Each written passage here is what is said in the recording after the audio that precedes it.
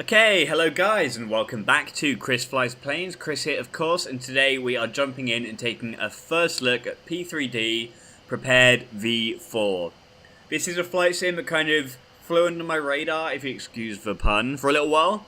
And I finally got around to getting hold of it and giving it a go, and it's amazing. So we're going to jump straight in here guys and do a little bit of a flight in our old favourite plane, the F-22 Raptor.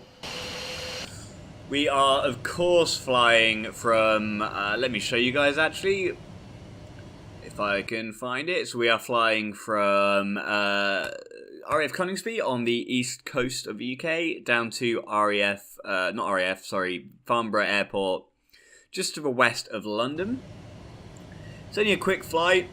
This is definitely a bit of a first look video. I'm not going to go into any of the details too much. I just want to kind of show you guys the game, show you how it looks, and give you my opinions on it thus far before we delve deeper in further videos. So let's get started straight away here. So just going to squeeze the brakes on and bang it up to full throttle. Looks like our wheel brakes are no longer mapped. I'm having a little bit of problems with control mapping here, guys. I don't know if it's to do with the game or to do with my setup. It's a little bit frustrating, but we'll see what it is. Nonetheless, we just get in the air here and bang up our gear. And we're going to put ourselves straight into a very, very tight climb and roll ourselves over just to get ourselves on track. But yeah, one thing I want to say, just look at how nice this game is, guys. It's running beautifully. I'm just going to see if I can put the frame rate settings on screen for you. So bear in mind I am recording right now and I've got my settings boosted quite high. My PC is not a beast and we're running at a pretty sexy 60 frames a second. And if I look down out the window, it looks pretty amazing, right? I mean, bear in mind the East Midlands is not the most exciting part of the UK. So, the terrain mesh is not being tested very much right now. But honestly, it looks great, and I grew up in this area, and it just looks right to me. It feels right, which I've never really had from a flight sim before, so it's a really nice kind of experience. Just to be able to jump up with default scenery, default aircraft, and just jump in and fly, and just for it to feel right, I think that's the best way to put it. It just feels okay. The weather looks amazing. I do not really need to be flying above 30,000 feet right now. I got a little bit overexcited there, guys, with the old talking and stuff. So just going to pass that back down. We want to be flying really around 25, 30,000. In which case, we're going to just chuck us up in a little bit of a tighter turn, just intercept this flight path here. You see on my map on the MFD. I do love Raptor for this reason. There is another plane in P3D, which I'm exceptionally excited about. I was going to do it for the first video, but I didn't want to blow my load all at once. But we will absolutely be jumping in and flying the F-35 Lightning II, one of the most gorgeous planes I've ever seen in my life. That's going to be happening very soon. We're going to resume our World Tour series. I did a couple of episodes in the F-22 Raptor back in the day.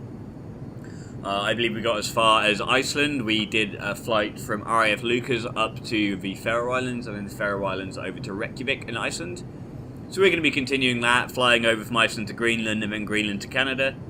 It's a series I really want to get back into because I have a habit of only flying around the UK, and there's so much world to see. It's that kind of thing, right? When you first go on Google Earth for the first time, everyone always looks for their house. It's like you can see any place in the entire history of the world. You can look at the pyramids, you can look at the Grand Canyon, you can look at whatever you want, really. Everyone looks at their house for one place they see every single day. And I do the same thing in flight sims, and I think it would be really useful to continue the world tour and just really kind of get experience flying over Russia, flying over China, flying over Europe, flying over all these places, So that's going to happen, and that's almost certainly going to happen in this flight sim. Just going to go hard left here just to get us up in line. And there we go. I was going to very quickly chuck autopilot on. If you've seen any of my previous flights in this plane, one of the reasons I love it is the autopilot. It's so spectacularly easy to use. with this little kind of touchy buttony MFD here. It's similar to the Lightning II. I don't know how well modelled it is in this yet. I haven't quite got to grips with it. But I love this kind of... what the fuck is going on here? Hold on. Okay, that looks a little bit better. I love this whole, like, you know, what, 4th, 5th generation fighter jet kind of thing, where everything just... It feels like using an iPad to fly a jet. It's just incredible, really. Anyway, what was I saying? I'm a little bit overexcited today. Yeah, the World Tour. So, this flight sim looks great. One of the big things about it is it's now 64-bit. It means it takes advantage of a lot more RAM. The default scenery has certainly been improved. It looks fantastic. The default weather looks fantastic. This is all out the box, guys. I've done nothing to this. This is just how it looks. Like, I'm still super happy with Flight Sim World, and for a general aviation flight sim, that's fantastic. But, you know, this is developed by Lockheed Martin. If you want a combat aircraft flight sim, not a combat flight sim, you know, we have DCS for that. If you want a flight sim which can handle combat aircraft, i.e. this, other, you know, the Tornado, the F-35, this flight sim is just beautiful for that. And I don't doubt for a second that this flight sim would be absolutely amazing for general aviation. But I feel like we need to chuck Dovetail Games a little bit of support their way with Flight Sim World. So I think we're onto a real winner with that game. I just really want them to continue pushing it. We're going to throttle all the way up here, guys. I'm not trying to save fuel on this flight. We're just doing a quick flight so I can talk about this flight sim. But yeah, I'm really enjoying it. We're getting a pretty consistent 60 frames a second right now. I just think it looks absolutely beautiful. I do want to kind of get in and explore the mesh a little bit more and see how the mesh terrain is. I'd love to go and do the Mac loop, maybe with Happy Feet if he can find a spare moment in his exceptionally exciting life. By the way, he just got his private pilot's license in real life. Happy Feet is now a pilot, so that's fucking amazing. But I would like to go do the Mac loop, see how the terrain mesh is. I need to do some exploring over like cities, see how my kind of computer handles that. But generally, I think this flight sim is pretty amazing. It's incredible what they've done using the code base they had. We're about 4 minutes away from Farnborough, by the way. So you can just see that sprawl off to my left is off to my right, let's say 11 o'clock. That is London. We're going to be heading to the county just to the east of London. East? No, west of London, sorry. But yeah, I'm really excited about this flight sim, guys. I think the flight sim market has really pushed very well forwards in the last few months. We've had P3D version 4, we've had Flight Sim World, we've had some major X-Plane updates, though I haven't been able to play with them yet because my RAM is too small. We've had a few VR flight sim stuff, which you may have seen on my channel, or you may not have yet, but it will be out very soon. But yeah, I'm excited about the world of flight sims, guys. I think we're making some real progress. It's getting to the point now where instead of like not knowing what game to play, I have too many games to choose from and I just don't know what to do. I want to do some space sim stuff. It's a nightmare, and it's a great problem to have. We're finally in a position where we're getting all these flight sims. All these flight sims are updating to modern technology, and yeah, it's absolutely fantastic.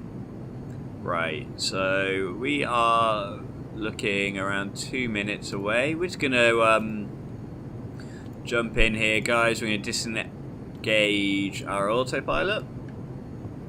We're going to throttle it all the way back, and we're going to throw it into a dive here. We're at 25,000 feet right now. We really want to be heading down to, 2,500 feet, really, to approach pattern entry. Once we get down there, we're just going to give ATC a quick buzz, see what they want us to do to land.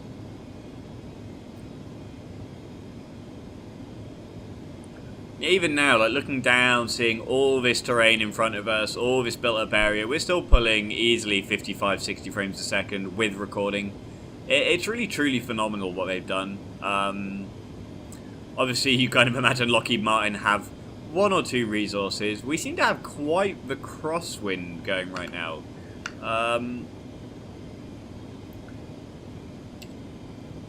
Ooh, what have I just done?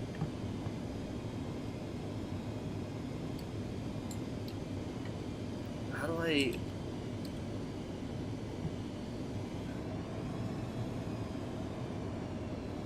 Just gonna jump outside the aircraft. Just check that I've configured properly. Okay. As I said, we had a bit of a problem with key mapping there. I'm not sure what did happen with the key mapping, but I've lost all my key mapping. So I was trying to pull up the ATC window so I could give the ATC a shout, but it doesn't appear to be mapped. So we're going to have to leave it, and I think I may have accidentally put air brakes on. They're off now. We're just about to pass through 10,000 feet on our way down to the approach at Farnborough. So Farnborough, just in case you didn't know, is famous for being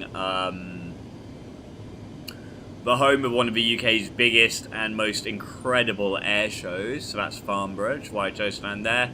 Also, it's a nice flight. You get to see the sprawl of London off to the east there.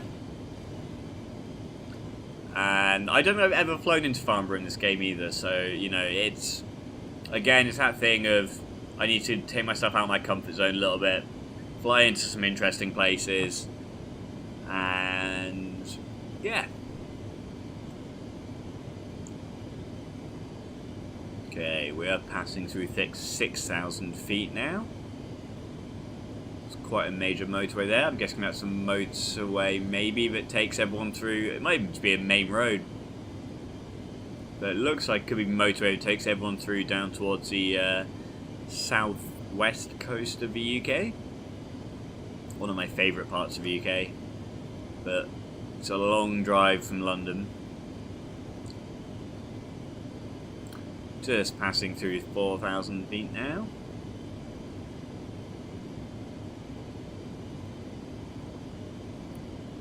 That is 3,000 feet.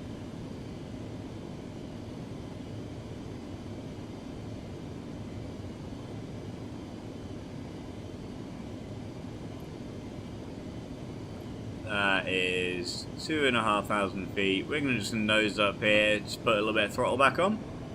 Just to hold us at around 2,500. We're going to be landing on runway 6 today, guys. So we're going to be doing a bit of a tight right turn once we've clocked the airfield. And then a nice sweeping left turn to hopefully bring us in line with the airfield. It's going to switch this over to flight data here. Just so we can see. We're about 2 minutes away. Obviously we're going a lot slower now. See another airport off to the right there. I forget which one that is.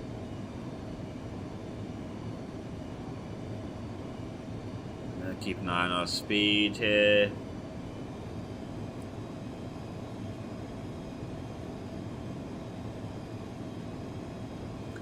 I really want to just put together a really nice landing for you guys. It never seems to happen on this channel. I promise you I can land planes. I do it fairly regularly in flight sims. But for some reason when I'm recording, I'm just terrible at it.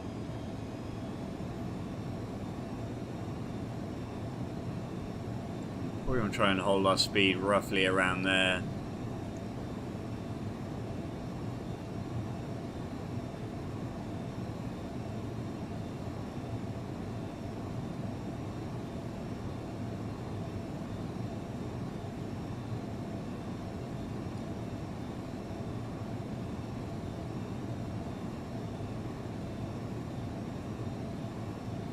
Looks like the airport approaching in front of us there.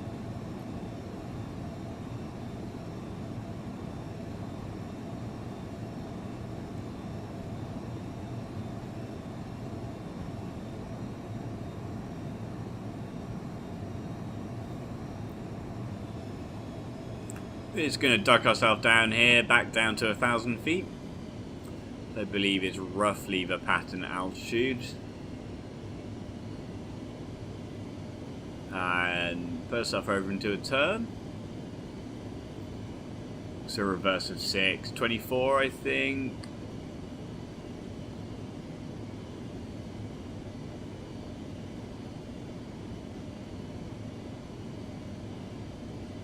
We're going to put ourselves onto the 24 course.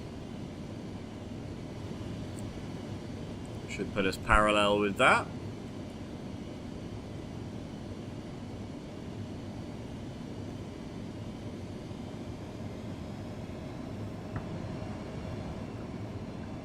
Get ourselves leveled out here.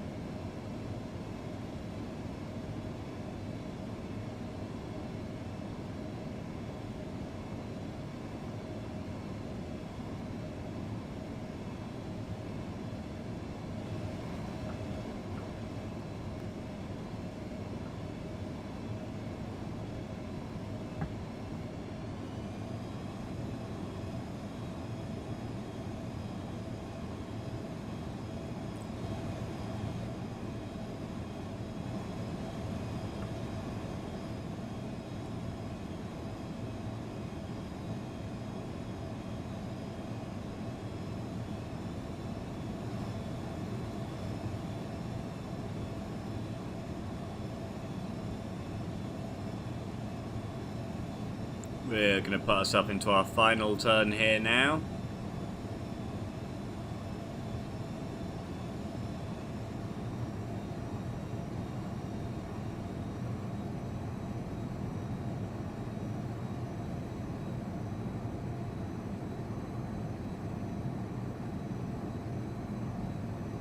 We'll keep our nose up.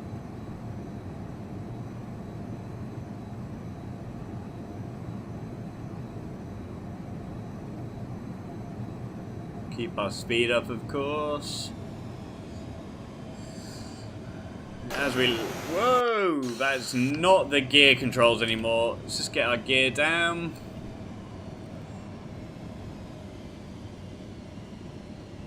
Keep our nose up.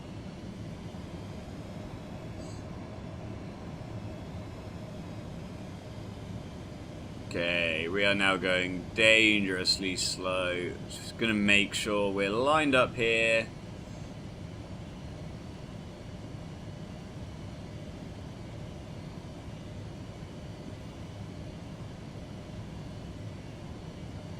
Gonna be landing a little bit early on the runway here.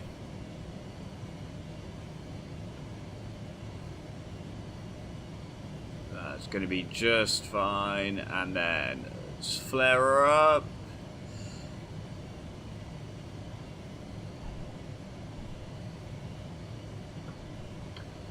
We were definitely not centered there, but I've got to say, guys, for Chris Fly's planes, that was definitely not a bad landing. I don't know what my parking brake is mapped to, so... Ah, there we go.